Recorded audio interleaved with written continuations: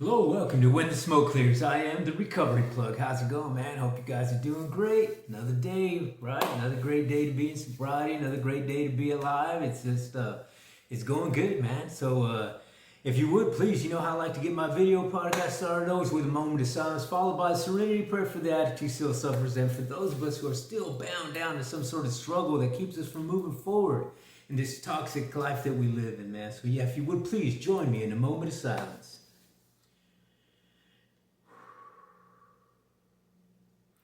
God, grant me the serenity to accept the things I cannot change, courage to change the things I can, wisdom to know the difference. All right. Now that we got that squared up, let's get going, man. So check this out, man. What I wanted to do for you guys today is kind of a continuation of what we did on the last episode.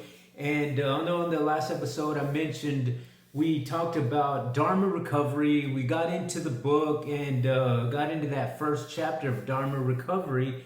And what I want to do is I want to finish it up, the second half of that first chapter. I'll read the second half of the chapter, then I'll, go on this little summary, if you will, and perhaps I'll stop during the reading to kind of give my input. And then I guess overall at the end, I'll just kind of give you my whole personal view and that sort of thing, and maybe give you a little bit of my experiences, strength, and hopes. You know what I'm saying? So yeah, but if you would, allow me to read this thing to you guys, and we'll get started. So let's not waste any time, right? But anyway, let me to remove these things here and get some reading tools on, right? So here we go, man. What this thing does, with the rest of the chapter, what it states is, it goes on to say, so what does Buddha have to do with recovery? It says there are two ways in which we use the word Buddha, which means awakened. First, it is the title given to Siddhartha Gautama, a prince who lived in modern-day Nepal and India roughly about 2,500 years ago. After many years of scholarly study, meditation, and ethical practices, he was awakened to a nature of human suffering and discovered a path that leads to the end of suffering and the freedom that comes from awakening. After his awakening, Siddhartha came to be known as the Buddha. The second use of the word Buddha follows from the first. Buddha can refer not only to the historical figure, but also to the idea of awakening, the fact that each of us has within ourselves the potential to awaken to the same understanding as the original Buddha. When we take refuge in Buddha, we take refuge not in Siddhartha as a person, but in the fact that he was able to find freedom from his suffering, and so can we. And to move a little bit forward on this, it goes on to say, the story of the original Buddha, to understand the nature of his awakening, it could help to know something about the life of Siddhartha Gautama. One of the many versions of the story of Buddha tells us that Siddhartha was a wealthy prince, born into privilege and sheltered from much of the suffering of the world. The story goes that young Siddhartha sneaked away from his palace and saw people suffering from old age, sickness, and death. He realized that no amount of privilege could protect him from this suffering. Wealth wouldn't prevent it, comfort wouldn't prevent it, pleasure wouldn't prevent it. Despite having a life of ease, Siddhartha still found that he experienced suffering and dissatisfaction. He was born with everything, but it wasn't enough. The persistent dissatisfaction with life, whether dramatic or subtle, is called dukkha. A Pali word we use today.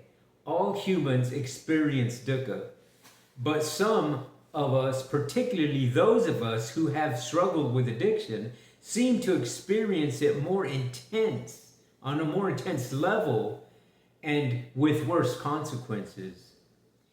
Goes on to say that what is addiction but the consistent and nagging feeling of not having enough? What is addiction other than being constantly unsatisfied? Siddhartha saw that pain was an unavoidable part of life.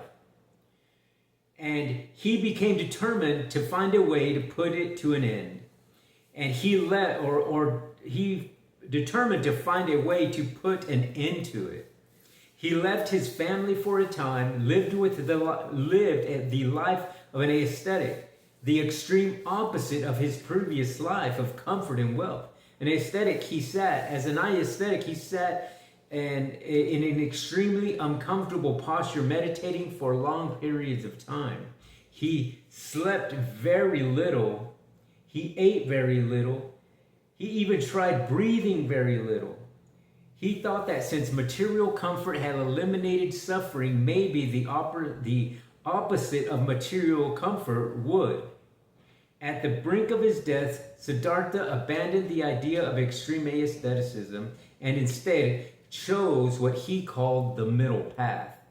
Siddhartha realized that both extremes of pleasure and denial of pleasure had brought him nowhere near to liberation. Neither extreme had given relief from his suffering, so he set off on his own to meditate.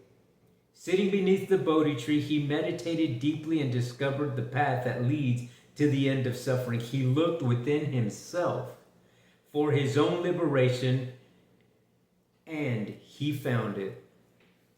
What Siddhartha understood as he meditated under the Bodhi tree is known as the Dharma, or the truth, which explains the cause and nature of cyclical suffering. It's the basis of the teaching of Buddhism. Central to this path are the Four Noble Truths and the Eightfold Path, which will be explained in the next chapter. Siddhartha was called the Buddha, or the one who woke up, because most people go through life with a false sense of reality. Like being in a trance, the Buddha spent the rest of his life developing the Dharma into a simple, sophisticated system. He shared it with anyone who would listen, dedicating himself to a life of service to free everybody from suffering. He defied the norms of his time by letting women and the poorest class citizens become monastic. Everyone was welcome in his Sangha, his spiritual community. Central to his teachings was the idea that liberation is available to all. To the most broken and oppressed among us, to the sick, to the powerless, to those who have lost everything, to those who have nothing left to lose. All of us, even the most addicted, the most lost, can find our way to awakening because we have all the ability to access the pure, wise, and true nature which within each of us. Walking in the Buddha footsteps.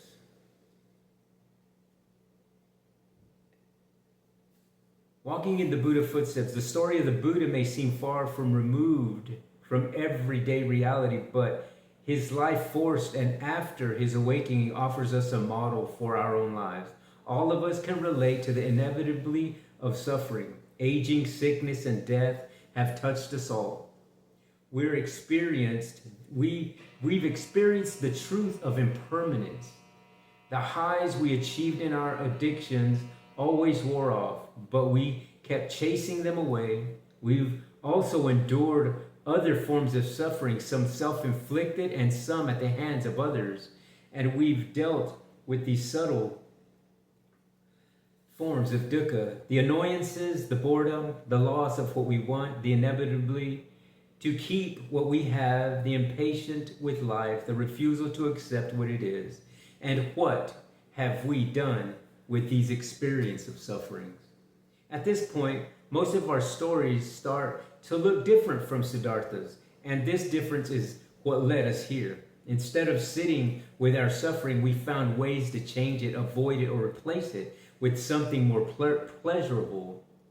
Others use sex, relationships, food, self-harming, technology, work, gambling, and some of the stories contained a version of all of the above. Whatever the behavior, it was just a temporary solution that always led us to deeper suffering for ourselves and others. We've come to realize that our stories don't have to continue like this. The lives of Siddhartha and the lives of the countless people we meet in recovery who have found an end to the suffering of addiction prove to us that there is another way.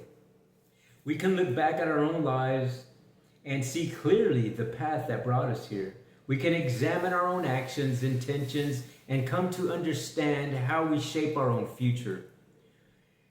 And we can begin to gain insight into the nature of our own suffering and follow a path that leads to less harm and less suffering.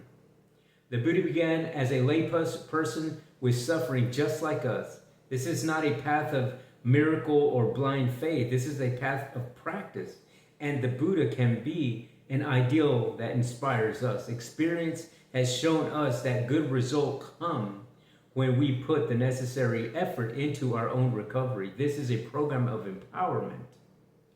We take responsibility for our own intentions and actions. The Sangha is here to help us along the way. And again, the Sangha means the community. And we don't have to identify as Buddhists. We don't have to meditate for hours each day. But we have found that the path outlined in the Four Noble Truths and the Eightfold Path can lead us to liberation from both the suffering of addiction and the suffering that comes from simply being human. We trust in the potential in all of us to find freedom from this suffering. And that is it, man. That is the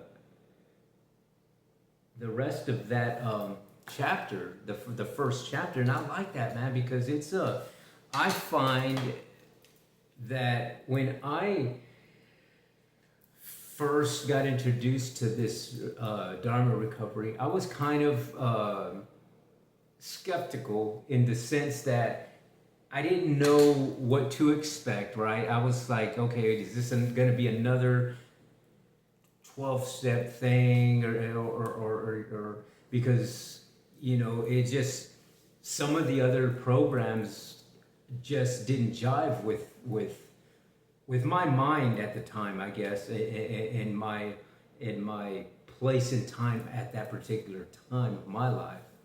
And I just know that when I entered the rooms of this Dharma recovery and started practicing and investigating and gaining knowledge and reading and learning and being vulnerable and allowing myself to be taught, right? That's one of the main things, is allowing yourself to be open to new teachings, to new ideas, to a new way of life.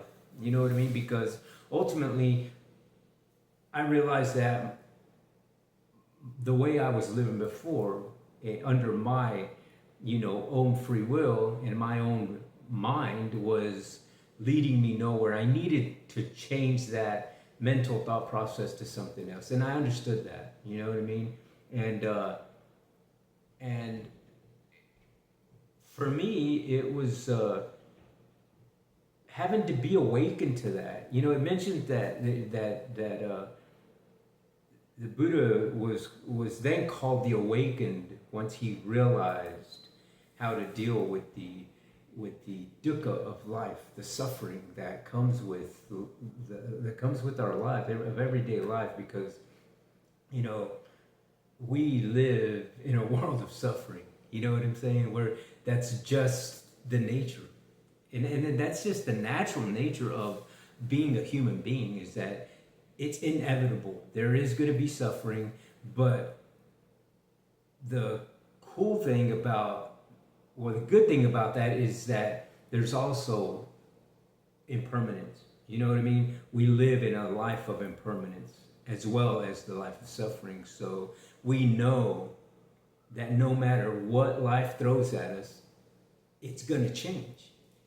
And depending on how your foundation is set in your thought process, is going to depend on which way your life maneuvers. Whether it's going to be of an incline or if it's going to be going up. Whether you're going to still have obstacles in your way, or whether you're going to see this beautiful, clear path. That all depends on oneself. That's why it says that it ultimately depends on oneself. That you have to look within to find where you're going to go out here. You know what I'm saying? And it makes sense to me. You know what I mean? It makes sense to me. And I understood that the more that I allowed myself to be teachable, and the more I allowed myself to be vulnerable to changing, you know what I mean? To being truthful and to being open-minded and willing in my own personal journey. You know what I mean? And that's where it starts, you know what I mean? It starts within you, because ultimately you have to be the one to say, hey, you know what? I'm ready to change. And you have to be able to say, hey, you know what? I claim responsibility. I claim responsibility for where my life goes today. You know what I mean? I'm not going to allow what happened to me yesterday, what happened to me years before, whether it was an event, whether it was a wrongdoing from somebody, I'm not going to allow that to dictate how I move my life forward today. That all comes from the self and the beautiful knowledge and wisdom that I'm gaining through different rooms that I go to, through different practices, through different teachings. And I believe, you know, that's where you start, you know, grabbing tools that you need, because ultimately that's what you got to do. You have to have a tool chest, and this is what I call it. I call it my recovery arsenal. I have to have my recovery arsenal loaded. You know what I'm saying? And the only way I could have it loaded down is by obtaining knowledge, obtaining wisdom, sharing, and allow somebody else to share and be teachable. You know what I'm saying? And be teachable. And that's what I do today in my spirituality. I do a lot of basically being a student of whatever it is that I'm involved in. You know what I mean? Whether it's going to the Buddhist temple, whether it's, you know, going to the different rooms that I go to, and in every room that I go to quite a few of them. You know what I mean? And I have to do this because this is just my journey. You know what I mean? That's what works for me. And what works for me may not work for you, but it could be a stepping stone to find the tool that works for you. You know what I'm saying? So I like what really sticks out to me is the fact that we're doing a program that deals with someone who knew about suffering. You know what I'm saying? And so, and someone who knew that no matter what you have or what you try to attain, whether it's pleasurable stuff or bad things, the suffering never ends. You know what I'm saying? And you have to realize that. You have to come to that spot in your life. And I think for addicts, it's more like you have to finally hit the rock bottom to see that part of the awakened one. You know what I'm saying? To see that part of the awakened one in you, because ultimately you, just like me, have that little seed, man. We have that seed. We just have to, it's buried. You know what I mean? That love and compassion seed and empathetic seed that you have for yourself is in there somewhere, but it's just layered and layered and layered with all this toxicity that we've, you know, allowed to enter into our subconscious mind. And in turn there, it taints our heart and soul. You know what I'm saying? And until you decide to clear that up. And the way to clear that up, I believe, is by allowing yourself to be teachable. You know what I mean? And allowing yourself to take these beautiful paths of whatever it is that you want to do. You know what I mean? And me personally, this is just one of the things that I do. It's just this Dharma recovery. My meditation, entering the rooms of AA, NA, my peer support groups, Celebrate Recovery, just different things.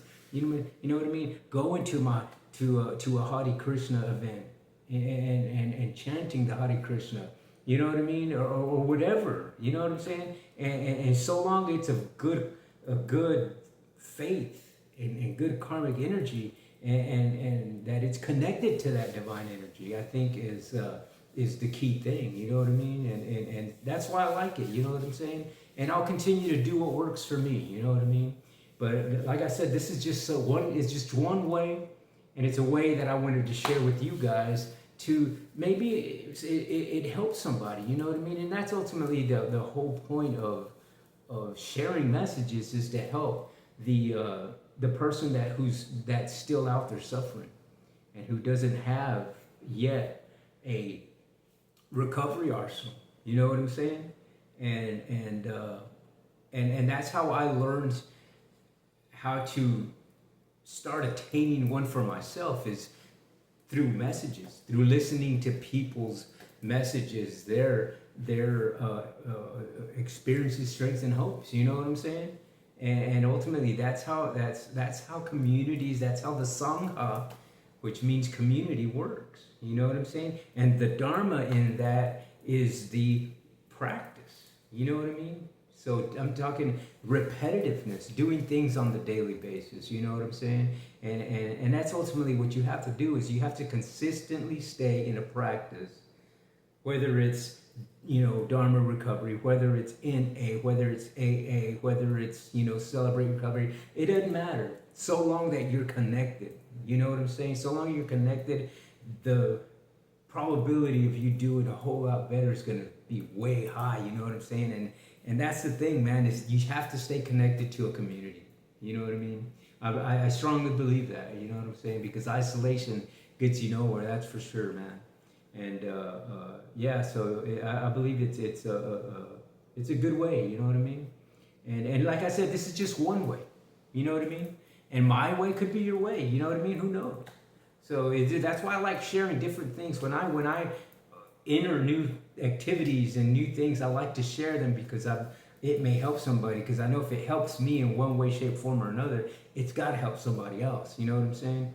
So yeah, but anyway, that's all I guess all I wanted to share with you guys today, is the rest of that chapter 1 in the Dharma Recovery book, and hopefully that you guys got something out of it today, man. I really do, man.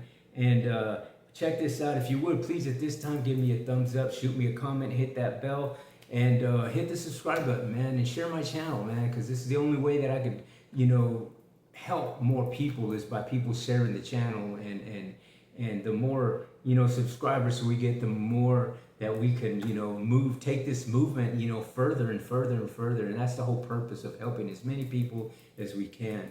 And in this life, because everybody's looking for something, you know what I'm saying? Everybody's always chasing something of comfort, of wanting to be, you know, wanting that affirmation, wanting that acknowledgement that you matter, that somebody loves you, that somebody cares for you, that you're not here alone by yourself, you know what I'm saying? You don't have to be.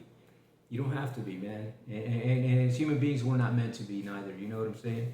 So just know that if you join and subscribe to my channel, you'll be getting more encouraging words and messages out of me, man. So hopefully that helps. But anyway, if you would, again, please hit the subscribe button. Just know that when you do that, it doesn't cost you a thing, but you will be helping out another veteran, another homeless person, another person dealing with PTSDs, childhood traumatic experiences, depression, drug addiction, alcoholism, suicidal thoughts, anger issues, grief, all of those things, my friends, because I have dealt with all those things at one point in time in my life.